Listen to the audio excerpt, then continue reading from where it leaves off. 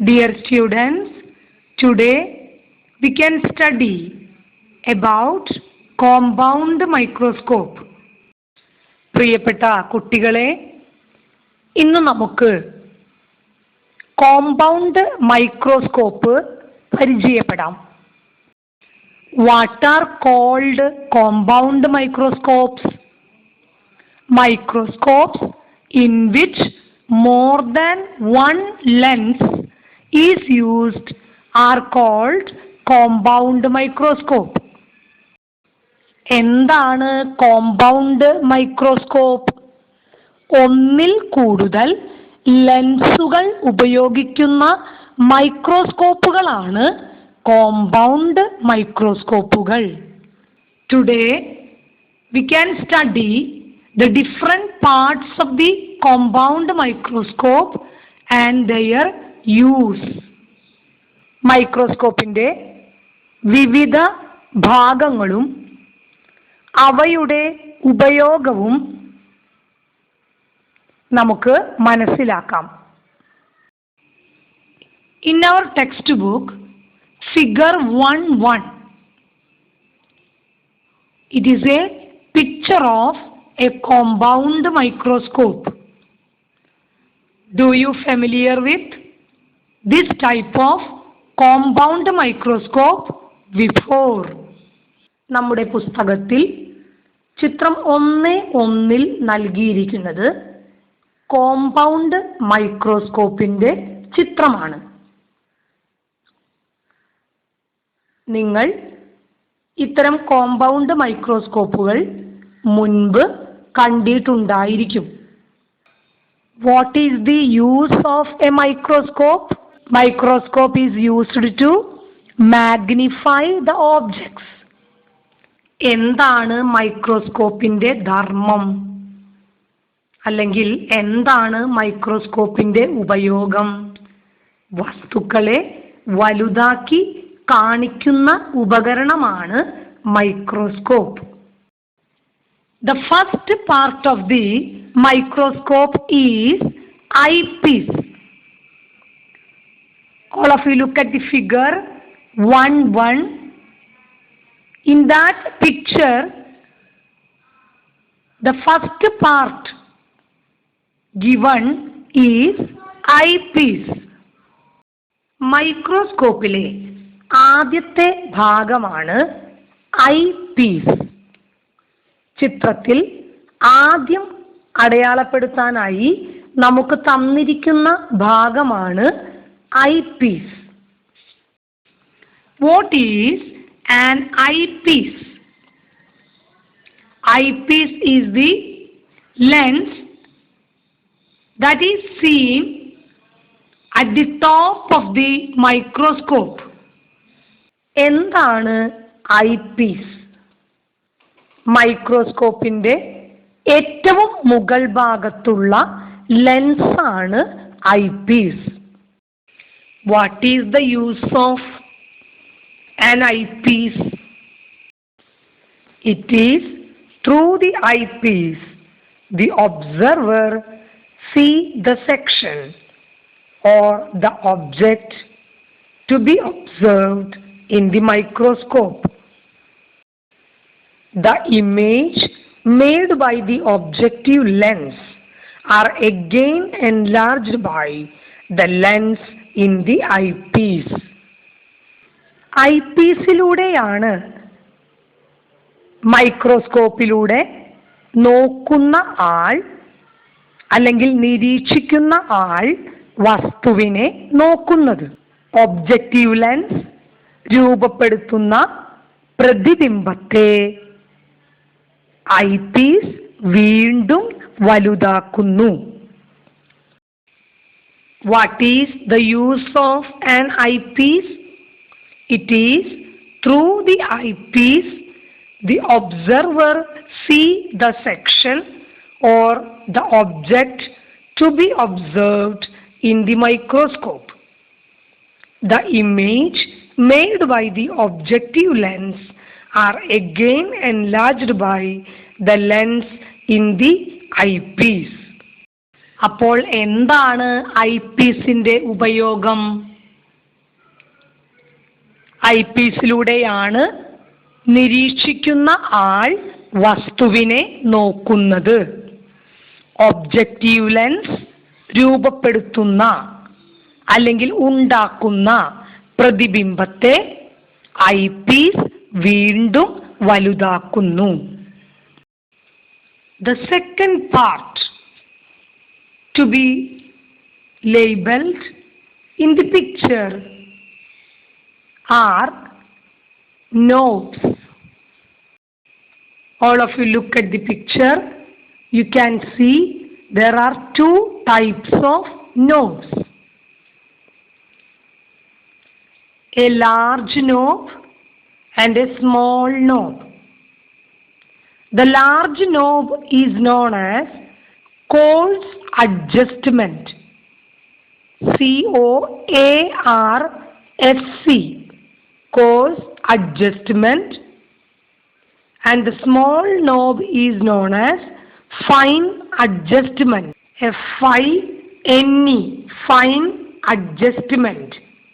ഇതിൽ രണ്ടാമതായി അടയാളപ്പെടുത്തിയിരിക്കുന്നത് നോബുകളാണ്. ചിത്രത്തിൽ നോക്കിയാൽ നിങ്ങൾക്ക് കാണാൻ സാധിക്കും, രണ്ട് തരം നോബുകളുണ്ട്. വലിയ നോബും ചെറിയ നോബും. What is the function of knob? The knobs are used to focus the objective lens on the object to be observed in the microscope. എന്താണ് നോബിന്റെ ധർമ്മം? നിരീക്ഷണ വസ്തുവിലേക്ക് ലെൻസുകളെ ഫോക്കസ് ചെയ്യാൻ, ഒബ്ജക്റ്റീവ് ലെൻസുകളെ നിരീക്ഷിക്കുന്ന വസ്തുവിലേക്ക് ഫോക്കസ് ചെയ്യാൻ ഉപയോഗിക്കുന്നത് നോബുകളാണ്. വലിയ നോബുകൾ, വലിപ്പം കൂടുതലുള്ള നോബുകളാണ് വലിയ നോബുകൾ. വലുപ്പത്തിൽ ചെറിയ നോബുകളാണ് ചെറിയ നോബുകൾ. The third part marked in the picture is objective lens. ചിത്രത്തിൽ മൂന്നാമതായി അടയാളപ്പെടുത്തിയിരിക്കുന്ന ഭാഗമാണ് objective lens. What is the use of objective lens? The image of the observational object is magnified and placed on the surface inside the eyepiece by the objective lens. There are three different types of objective lenses are seen in the microscope. These three objective lenses have different magnification power. നിരീക്ഷണ വസ്തുവിന്റെ പ്രതിബിംബം വലുതാക്കി ഐപീസിനുള്ളിലെ പ്രതലത്തിൽ പതിപ്പിക്കുന്നത് objective ലെൻസാണ്. ചിത്രത്തിൽ നിങ്ങൾക്ക് 3 വ്യത്യസ്ത objective ലെൻസുകൾ കാണാൻ സാധിക്കും. ഇവ മൂന്നിനും വസ്തുക്കളെ വലുതാക്കി കാണിക്കാനുള്ള കഴിവ് വ്യത്യസ്തമാണ്. We can study the next 3 parts and their uses in the next class. So all of you write the question, tabulate the different parts of the microscope and their use. The first heading is parts and the second heading is use. The first part is eyepiece. What is the use of an eyepiece? It is through the eyepiece the observer see the section or the object to be observed in the microscope. The image made by the objective lens are again enlarged by the lens in the eyepiece. Second part is knob. What is the use of knob? The knobs are used to focus the objective lens on the object to be observed in the microscope. The third part is objective lens. What is the use of objective lens? The image of the observational object is magnified and placed on the surface inside the eyepiece by the objective lens. അടുത്ത 3 ഭാഗങ്ങളും അവയുടെ ഉപയോഗവും നമുക്ക് അടുത്ത ക്ലാസ്സിൽ പഠിക്കാം. അപ്പോൾ കുട്ടികളെല്ലാവരും ചോദ്യം എഴുതുക. മൈക്രോസ്കോപ്പിന്റെ ഭാഗങ്ങളും അവയുടെ ഉപയോഗങ്ങളും പട്ടികപ്പെടുത്തുക. ഇതുവരെ പഠിപ്പിച്ച ഭാഗങ്ങളും അവയുടെ ഉപയോഗങ്ങളും ടീച്ചർ ഒരിക്കൽ കൂടി പറയുകയാണ്.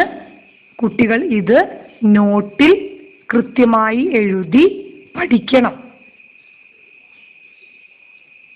ആദ്യമായി എഴുതേണ്ടത്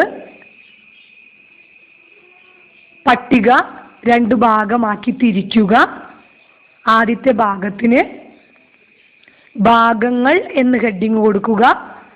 രണ്ടാമത്തെ കള്ളിക്ക് ഉപയോഗം എന്നും ഹെഡിങ് തലക്കെട്ട് കൊടുക്കുക.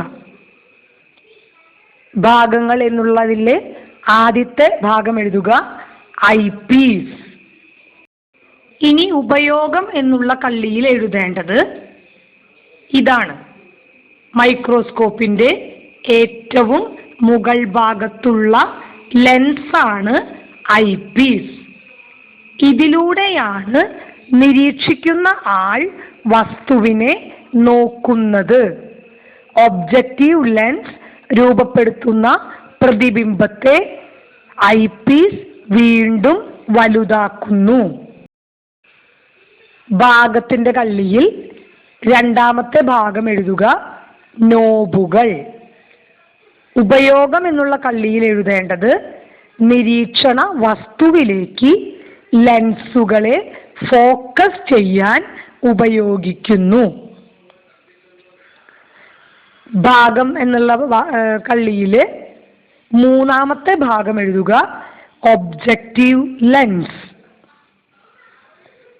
ഉപയോഗം എന്നുള്ള കള്ളിയിൽ എഴുതേണ്ടത് ഇതാണ്. നിരീക്ഷണ വസ്തുവിന്റെ പ്രതിബിംബം വലുതാക്കി ഐപീസിനുള്ളിലെ പ്രതലത്തിൽ പതിപ്പിക്കുന്നു.